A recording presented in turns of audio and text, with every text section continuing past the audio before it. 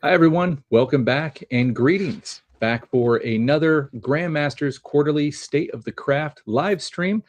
Really happy to be here this evening with Most Worshipful Dave Hendricks. Most Worshipful, thank you so much for joining in with us. Hey, thank you. My pleasure. I appreciate the opportunity. So obviously, we're getting started here in the Masonic Year.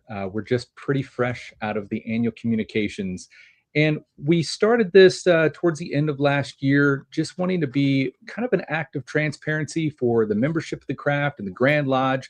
Things get busy, but this is a way to really kind of dive in and bring up the plans for the year, the scope for the year, and keep everyone well informed. So why don't we start off with the annual communications? It's a massive event, takes a lot of planning.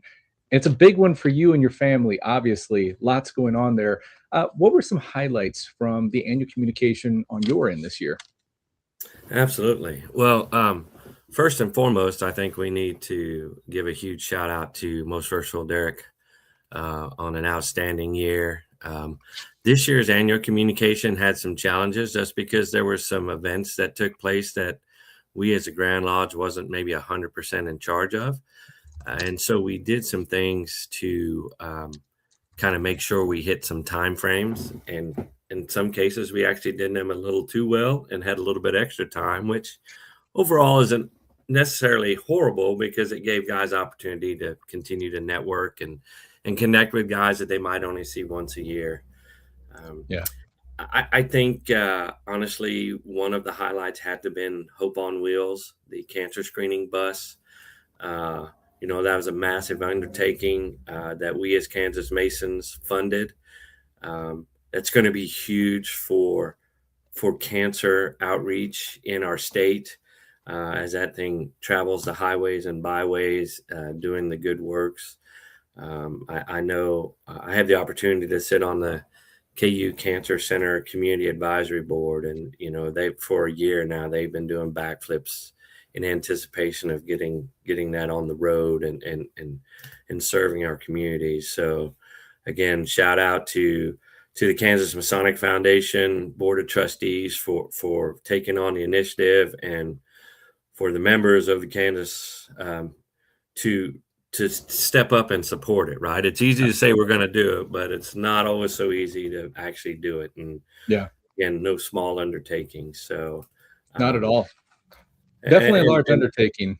You yeah, know, you've mentioned that, and I'm thinking about it. We've seen the scope of this project for several years now. It's amazing to see this kind of come to fruition and actually be real, tangible, right in front of us. And in the building was another thing that caught me off guard. yeah. So it barely cleared. They had, I think, about 6 inches of clearance between the top of the air conditioning unit and the bottom of the door yeah, it's tight, but boy, they pulled that thing in there like they've done it a million times. So yeah, that was pretty exciting. Getting to dedicate it on Thursday night was extra special. Um, I know we had hoped that we would have the governor and some folks on Friday, and that didn't work out. But still, just an awesome event and a way to showcase Kansas Masons and tell the world who we are and what we do. Um, I would say that um, the vote to allow us to provide electronic advanced proceedings Yeah, might seem like maybe that's just an administrative deal, but that's potentially is going to save us $5,000 to $6,000 a year on our annual communication cost. And that's money that then we can reallocate and put back into programs that actually benefit our members and our lodges. Um, absolutely. and so now that that has been passed, right, the Council of Administration will get to work and try to figure out just how we can best allocate those monies that provide the best resources for our membership. Um, Overall, I thought it was an excellent experience. Of course, like anything, it wasn't without hiccups.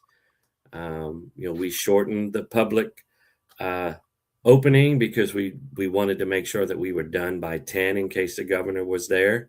Right. and we didn't want to keep her waiting.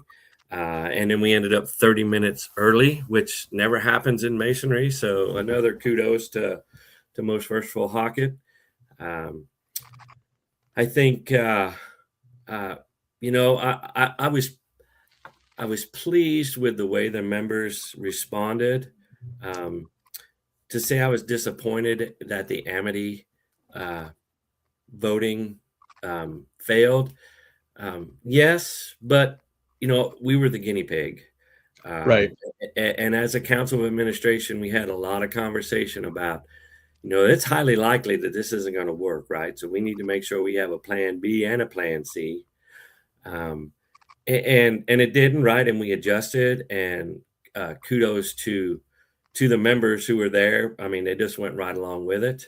I will tell you, sitting on the dais, when everyone held their phone up with the blue screen, I felt like I was at a rock concert, and that was really cool.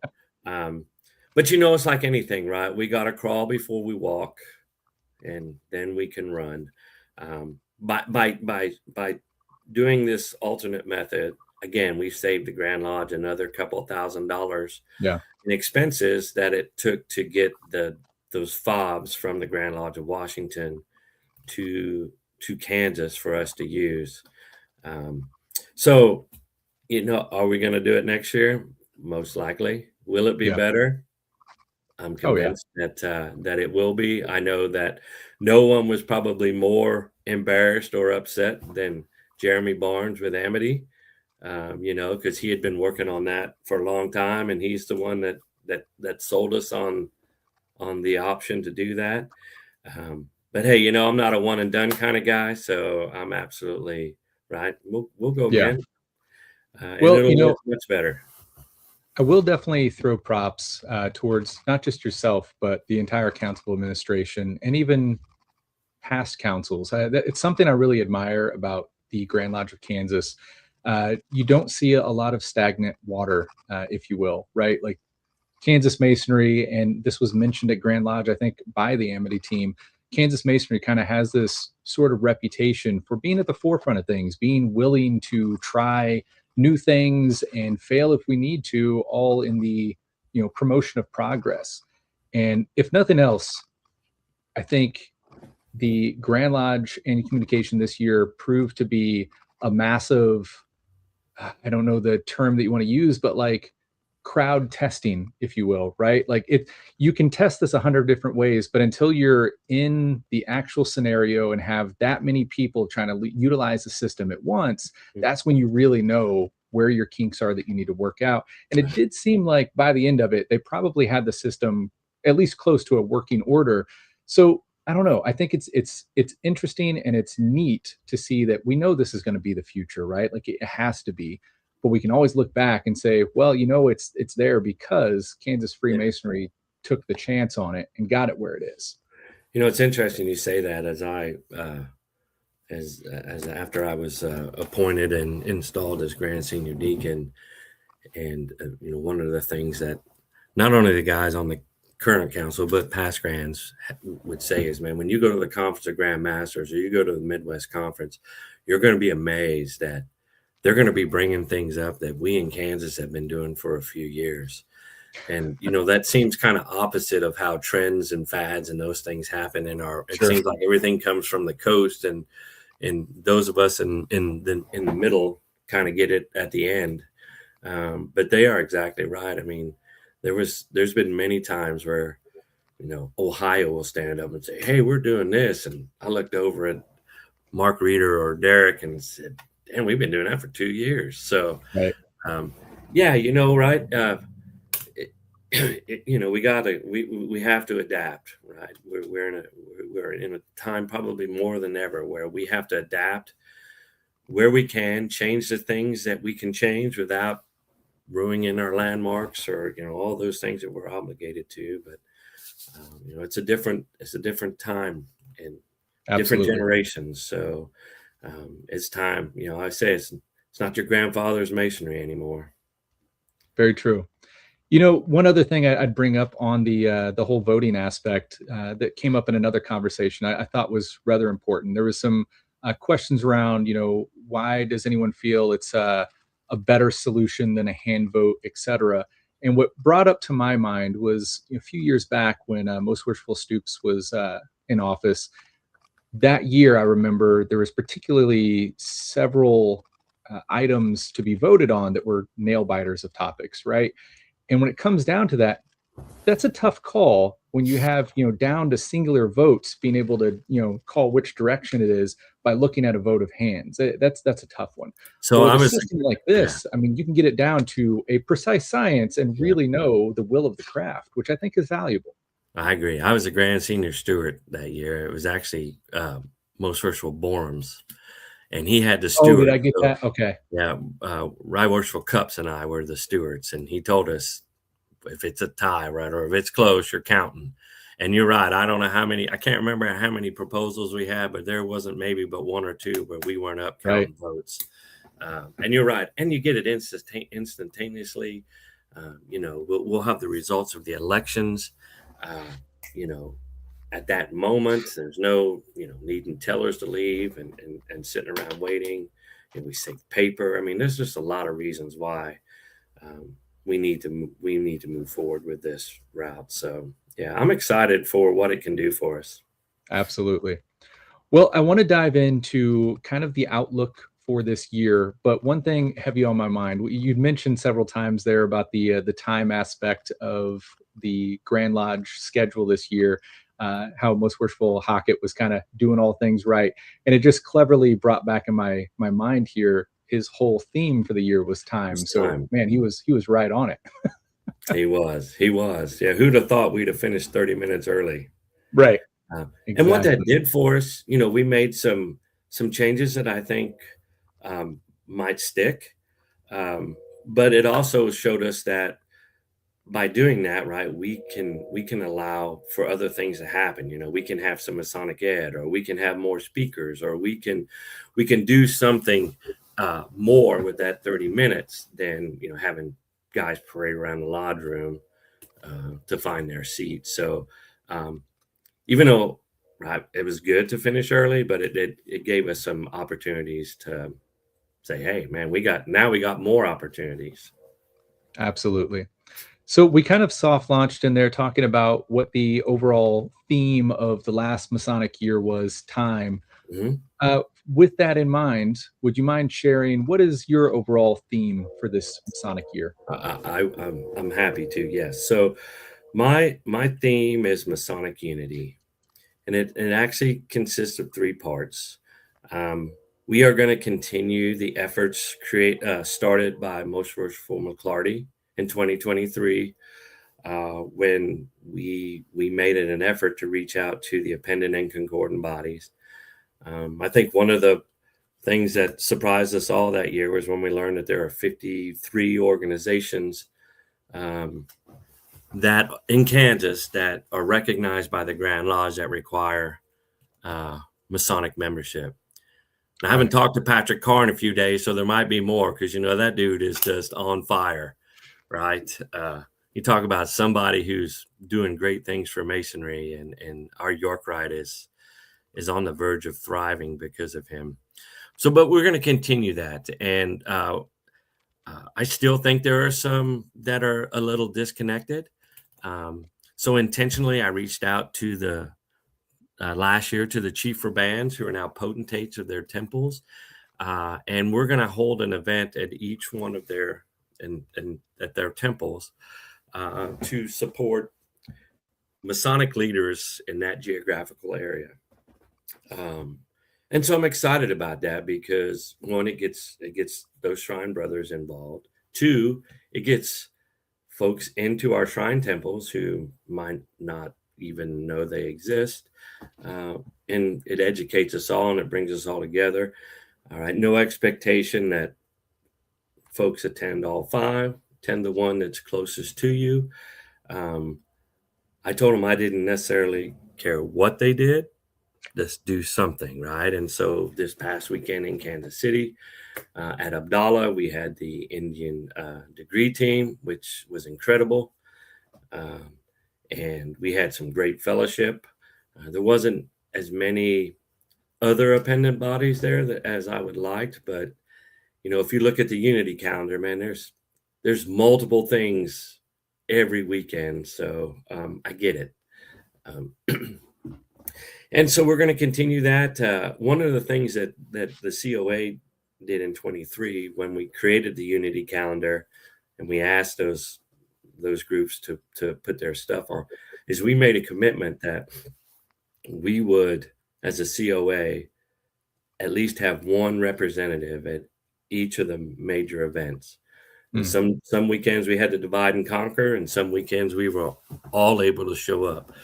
But we felt that if we were going to drive this ship, that we needed to show that we were all in, and no better way to do that than attending their functions and providing that kind of support. Absolutely. So that's kind of part one. Part two is to continue to strengthen the relationship with Prince Hall. It's no secret. I've made it no secret that I'm a Prince Hall Mason. I'm very honored to be a Prince Hall Mason. I'm a past master of a Prince Hall Lodge. They are some outstanding brothers. And you talk about Kansas leading the way, right? I think this is one area where Kansas leads the way. With our relationship, with the events that we do, with the brotherhood, it's more than just recognition. I mean, it's a partnership, and we just had the joint raising at the end of February, which was an incredible event. We had a brother from Prince Hall and a brother from AF and AM each get raised. We had the opportunity to confer the first section, and our Prince Hall brethren did the second section. Wonderful event. Second time we've done it in 10 years. Yeah. I can tell you I'm already having conversations with both Most Worshipful Johnny Eves and Right Worshipful Greg, who is Deputy Grand Master, on we got to do something. We got to do something big. And so we've got a few things in the works. And then the last unity piece is our own lodges in Kansas. Unfortunately, there are lodges in Kansas that are disconnected from Grand Lodge for whatever reason. Maybe somebody with a gold apron and a collar showed up at their lodge at some point and made them mad or said something that told them their lodge sucked. I don't know, right? Who knows what happened? Or maybe they just like to be Masons and like to do their thing and aren't interested in Grand Lodge awards or recognitions or those things. And so those are the lodges that I want to focus on, right? I want to, I think, throughout my life, throughout my career, I always feel like I've had the ability to build relationships. When I was at the Kansas Masonic Foundation, Southeast Kansas was a black hole when it came to Topeka, Kansas. And I spent a lot of time down there. And by the time I left, we had lodges participating in programs, making donations. And so I'm going to try to use some of that skill set with our lodges. So I've asked each of our district deputies to provide me with a lodge or two in their district that they think would benefit from a visit from the Grand Master. And it can fit one of really three criterion. One, they're doing great things, but no one knows about it. Or two, they're struggling, right? They're struggling and they don't know what to do. They don't know who to turn to. They're maybe embarrassed to say. And then third, and the ones that I really want to focus on is those lodges that are disconnected from Grand Lodge, and let's see what we can do to reconnect.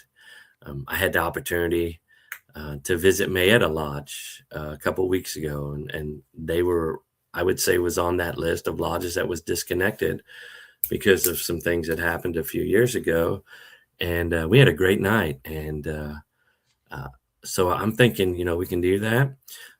But the other thing we're going to do is not all of these visits are going to be planned.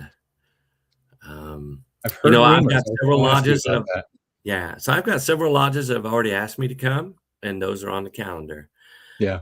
But on Sunday night, I'm going to look who all's meeting, and I'm going to send an email out to the GLOs and the area and district deputies and say, hey, on this night, I'm going to this lodge. And oh, by the way, I'm going to be late. So if you want to join me, meet me in the parking lot at 7:35, and let's go have a good time. I said this in my installation remarks, and I'll say it again. The only reason for the visit is to have Masonic intercourse with my brethren and to sit down and have meaningful conversation. If I'm coming for any other reason, I guarantee you that you will be summoned. But I don't anticipate having to do that, right? So, Right. although I know it can be nerve-wracking when that knock comes on the door and the deacon says, "Worshipful Master, it's the Grand Master," right? And you're like, crap, we haven't practiced how to receive the Grand Master. I don't care, right? We can walk you through it. It's good Masonic Ed, right? There you go. Just wanna sit in lodge with our brethren and have just meaningful conversation. And if your lodge is struggling, tell us. If your lodge is upset with Grand Lodge, tell us, right? Yeah. We can't fix what we don't know. And we got a lot of resources to help lodges. And we aim to use them. We started with the district deputy report, turning it from a report card that tells you how bad your lodge is to a tool that now provides you resources, right? If you can't open and close without a cipher, well, the chairman of the RICCOM is going to know that, and he's going to call you, and he's going to send a district lecturer your way to help you, because we want to, right? We want to help you. If you don't do a budget, the chairman of the finance committee is going to get an email. He's going to say, hey, how come you don't do a budget? Well, it might be we only have $5, or it might be that we don't know how to do a budget. Right. So we've got the resources to help the lodges. So that, I would say, if there's, besides the unity piece, if there's one thing that we're really working on, is just to change the culture of Grand Lodge, from Absolutely. kind of dictatorial, heavy-handed to, hey, brothers, we're all right. We're here to help, right? All we want is healthy, vibrant, active, and engaged lodges, right? And when we close a lodge in a community, we lose masonry in that community forever, and we don't want to do that. Absolutely. You bring up some really great points there. And, I can say from throughout the years, I've had the opportunity, the pleasure to travel in different means, even as, DDGM, ADGM. I've seen and heard those same things from lodges, right? Like there tends to be this disconnect, and almost that Grand Lodge is out to get you. I've heard the rumors they just want our money, especially as we got into getting into like the Maury database system and stuff, where there's more connectivity. But what always stood out to me that I don't think a lot of lodges got was, without the lodges being successful, there is no Grand Lodge. Correct. The Grand Lodge literally needs our lodges to succeed and thrive. So they can't be after your money or be out to get you, because they're only hurting themselves at that point. But I think the way you're approaching it here and your wording, I think is spot on, because one thing I've learned in Masonry is pretty much anything can be solved by a little bit of brotherhood, going, meeting face to face, and just having that conversation. You would be really amazed at the progress that can be had. And I think you're spot on with that approach. So well done, Most Worshipful. Well, thank you. Now, your comments there did catch me at Grand Lodge, and I probably get them wrong here. You already alluded to them, but one, you mentioned about how much traveling you're prepared to do this year, which sounded extensive. But yeah, you definitely mentioned there that you plan to visit unannounced, and that you will often show up late. And I think you kind of heard that silent gasp in the room a little bit. But at the same time, I think it's brilliant, because if you know the Grandmaster's coming, you're not going to be yourselves. You're going to be, all kinds of polished, and just yeah, it's a different type of experience, different type of masonry, and I know that's not what you're going for. You're going there for the connection. So I think it's really a clever way that you're going about it. And yeah, I look forward to hearing the stories throughout your travels this year. I've already had a couple of district deputies text me to say um, that when they've made that comment to the lodges, that is like dead silence. So Yeah, I would say one other thing coming out of annual communication that we're going to do, and most first will Cole referenced this right towards the end of jurisprudence. You know, the bylaw that the treasurer had to make this big report and all of this stuff at annual communication, it was voted down. Cole and I were, although I probably shouldn't say this, texting during the annual communication, but we are making some changes with our accounting practices. sure. We have hired so the company that I work for is TFI. They're a child welfare agency, but we have an accounting staff of about 80, and they outsource their services, and they provide accounting services for about 30 organizations. And so we've signed a contract with them, and starting on April 1st, they will be taking over our accounting and our business so that Tracy can focus on being grant secretary and not get caught in the minutia of the daily financials. And so that's going to provide us with a lot better reporting. We're going to get monthly reports. We're going to get a variety of reports, you know, where we stand, actual to budget, all the things that you would get in your company or at any organization. And then well, probably you, right? We're gonna upload those to a space on our webpage so that they are visible to the entire craft. So that there is ultimate transparency on what we're doing, when we're Right. doing it, and how we're doing it.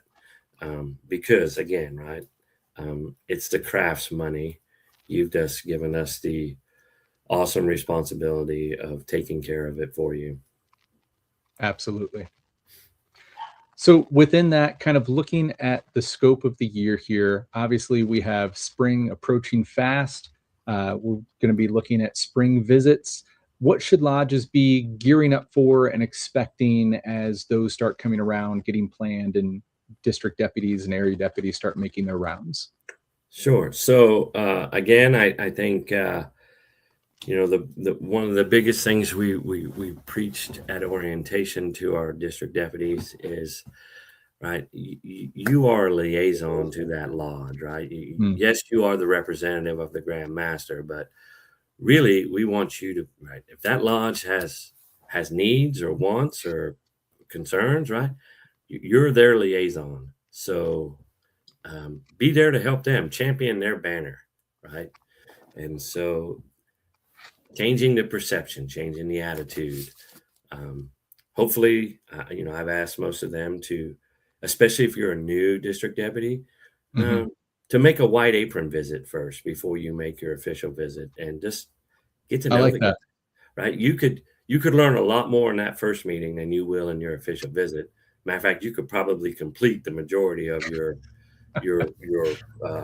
report from that visit, right? You'll know Yeah. whether or not they're proficient in their ritual, or you know if they do. You can come away with a lot of information. So I'm hopeful that the new guys have done that. Um, and then the message is right. It's positivity. It's talking about changing the culture.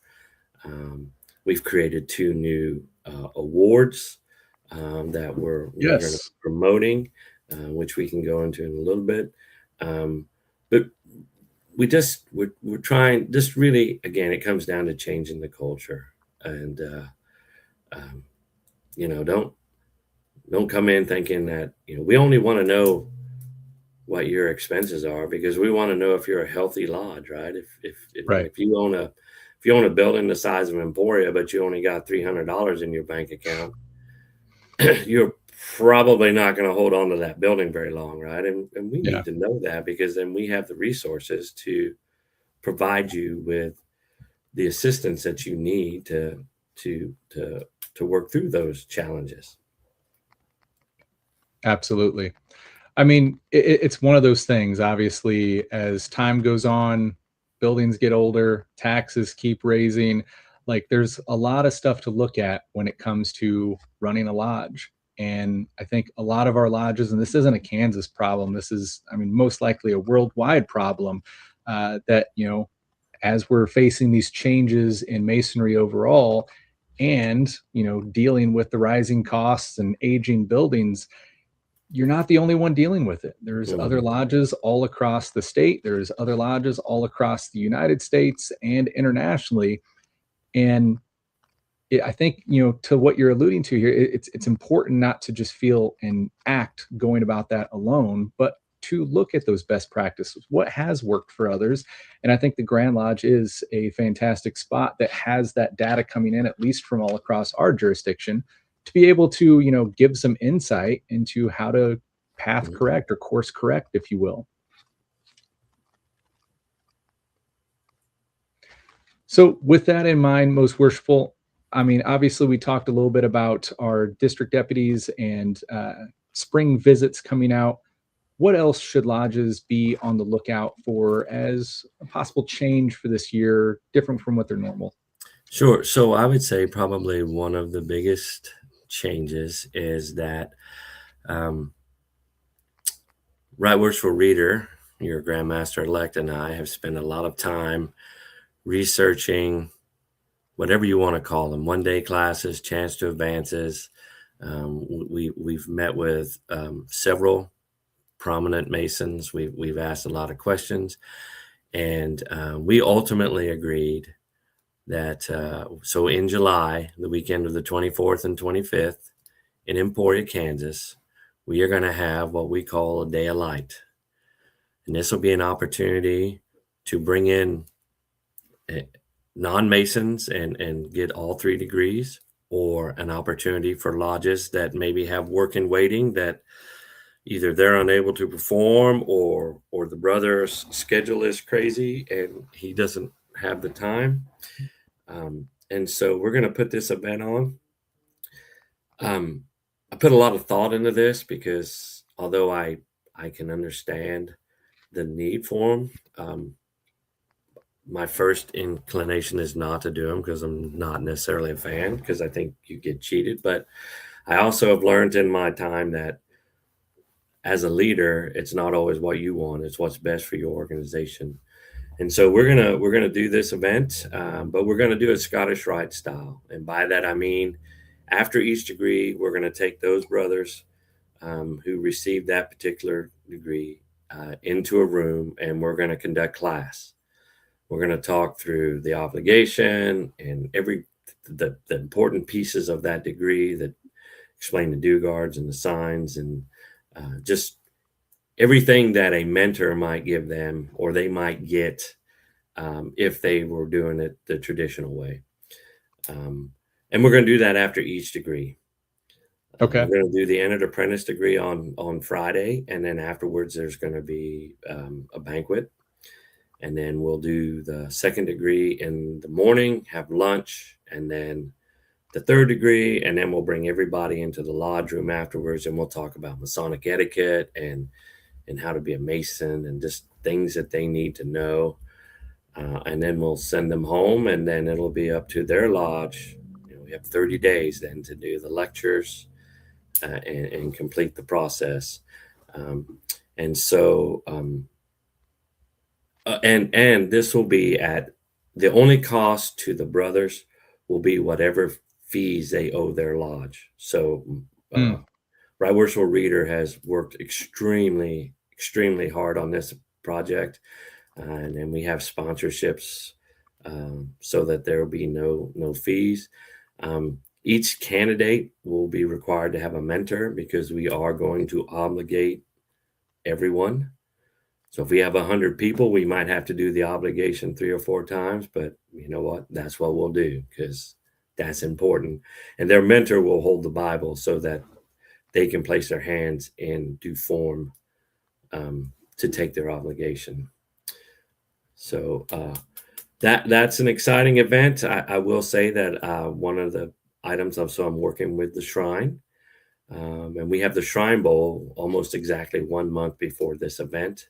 Okay. And so part of the deal that I made last year was if their membership committee gets active at the Shrine Bowl and they can get petitions, whether it's players, parents, or bands, dads, whatever, that because of, we're into June, so most lodges go dark, that any petition received from someone at the Shrine Bowl, I will give the lodge dispensation to receive the petition, investigate, and ballot on the same night. Now they'll have to go from labor to refreshment to do it, but that's something that I agreed to do to get them engaged and on board with this event. Absolutely. Well, sounds like a lot of exciting stuff going on for this Masonic year. I would say let's bring this up because we've talked about this before. But for anyone that hasn't heard of it before, maybe tuning in and just getting into the Grand Lodge thing, in Kansas we have the Council of Administration, and within that council, there's been oh, now I'm going to slip on the term, but the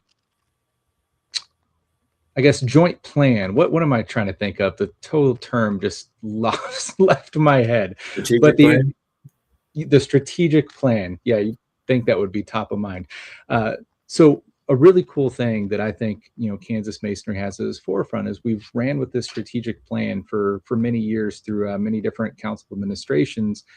What do you have with the current council administration in plan for the strategic plan moving forward? What can we expect there? Sure. So in 2024, Most Worshipful Doug created a strategic plan committee to do two, and they really had two charges at that time. They had one was to revise the district deputy report, and two Okay. was to evaluate the strategic plan and to make sure that we were still on course, and if the items in the plan were still relevant. That committee met almost weekly on a Sunday night at 8 o'clock, and the meetings usually lasted 2 to 3 hours. Wow. And that committee consisted of Billy Brantones, AJ Pence, Chris Collins, and Chris McGonigal. And those guys came to the table with a lot of ideas, a lot of thought, a lot of the items that we're unveiling now is directly a reflection of that committee's work. So as Grand Master now, I'm kind of fading myself out of that committee, and Brother AJ Pence is going to be the chair, and Brother Billy will be the COA liaison, and then we're pulling in Brother Wade Madden, who sat in on some of the meetings as he was the person who kind of came up with the Zerubbabel Award and broached it to the council, and the council turned it over to the Strategic Planning Committee, and then together we ran with it and created the criteria. So, right, couple things. We're going to finish what we started. There's not a lot of loose ends, but there's still some loose ends. And then we're focusing on the three pillars, and really doing a deep dive to not only are they relevant, but are we making progress? And then what resources can we provide to lodges to help Grand Lodge fulfill that? And that's the Grand Lodge's strategic plan. One of the things we got hung up on, I think, a few years ago is lodges freaked out when they heard strategic plan. Mhm. Well, the plan is the Grand Lodge's plan, right? So what we want to do is out of this plan is to provide lodges with opportunities. In excellence and esoteric, right? Here are your opportunities, right? Study club or participate in the ritual competition or things like that. Excellence in membership, right? Have a discovering Freemasonry night. There's team up with your shrine who does membership nights once a month, or so those kind of things. Excellence in communication, right? I think probably of the three, that's where we struggle the most. And so we've made some changes to try to streamline that. And I think so far those changes have proved to be good. Yeah, so that's kind of the direction, at least through this year. But one thing I can say, and you've probably heard the last couple of years from Grand Masters, they talk about how unified the council is. Right now, when I say it, doesn't mean we always agree, but at the end of the day, we're always moving in the same direction. Because again, right, it's not about us; it's about Kansas Masonry and being successful. So, absolutely, yeah, the things that we're doing now, the things that we're doing this year. I've spent a lot of time in the car with Mark Reeder, right, and so they'll morph into his year, and I'm sure during this year he'll spend quite a bit of time with Warren, and kind of, instead of being a one and done year, right? It's fluid, right? It just absolutely goes from one. The only thing that changes is a guy in the funny hat. But I think I think it's maybe not unique, but at the same time, it kind of is. We see a lot of other jurisdictions that do kind of go year to year agenda. But I think, as we've talked about, Kansas being at the forefront of many different things, and having kind of that tradition known for us, part of me feels like that strategic plan, that outlook of not just being a one and done deal, but for the best of the craft, we got this overall mission. I honestly think that's probably what keeps us on that path.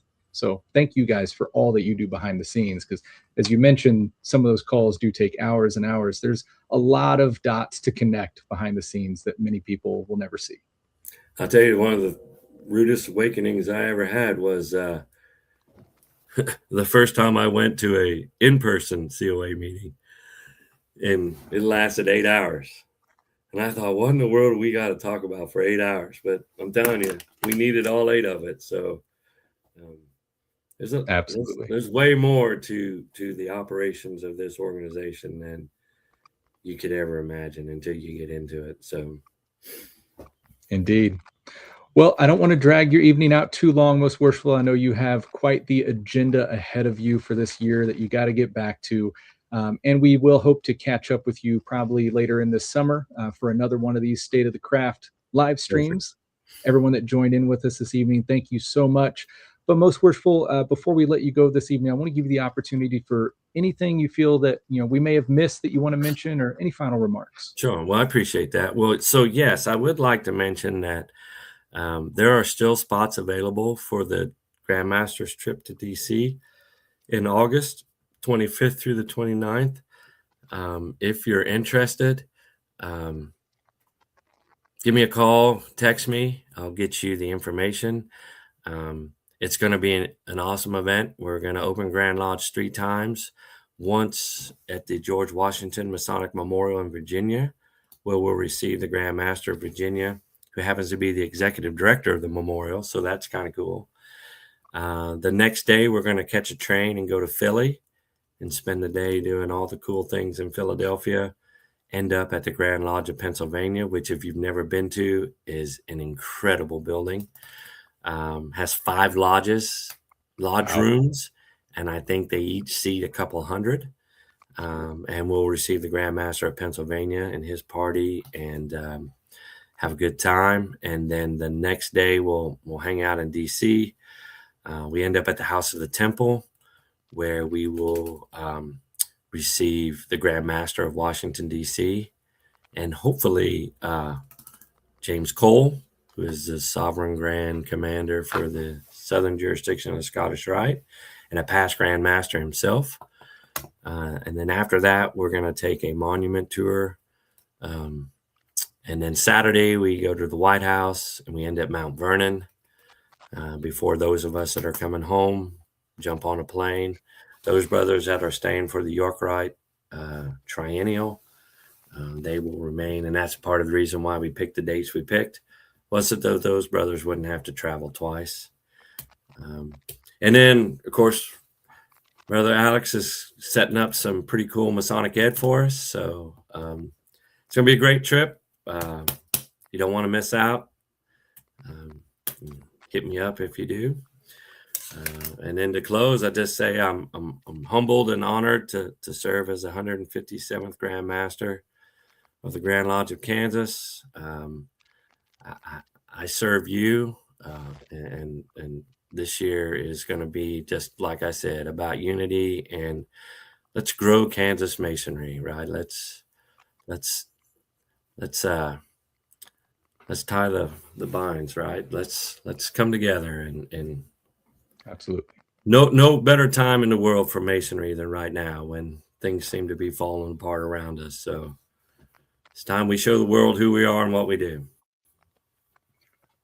Well, most worshipful, I want to thank you from the bottom of my heart, and I'm sure on behalf of our entire craft across Kansas and beyond, for all that you're taking on this year, for all that you've done so far.